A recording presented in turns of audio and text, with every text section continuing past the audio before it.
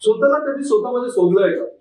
तुम्ही अर्ध आयुष्य दुसऱ्याला कम्पेअर करण्यामध्ये लावता. म्हणजे तुम्ही स्वतःला दुसऱ्यासोबत कम्पेअर करता.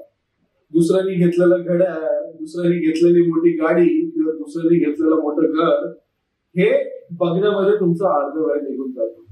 माझ्याकडे पण हे कधीतरी येईल, पण ते कधीतरीची वाट बघत बघत तुमचं आयुष्य निघून जातं. तुम्हाला तुमची वेळ यायची नाही, तर तुम्हाला तुमची वेळ आणायचा वेळ बघायचा असतो. कसं असतं, ज्यावेळी तुम्ही तुमची वेळ आणाल त्यावेळी तुम्ही तुमच्या लाईफमध्ये हवी असलेली सगळी गोष्ट मिळवू शकता. काय असतं, तुम्हाला हवे असलेल्या सगळ्या गोष्टी ह्या देखील तुमच्या आतमध्येच असतात.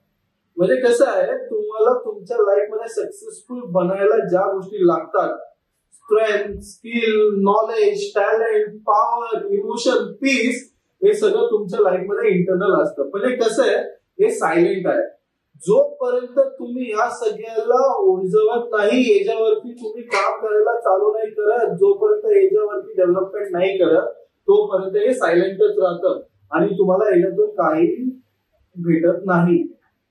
कसं असतं, तुम्हाला जर तुमच्या लाईफमध्ये काहीही हासिल करायचं आहे, काहीही गोष्ट कमवायची आहे, कुठलाही बिझनेस स्टार्टअप करायचा आहे, तर तुम्हाला पहिलं तुमच्या लाईफमध्ये स्वतःला शोधायला लागेल.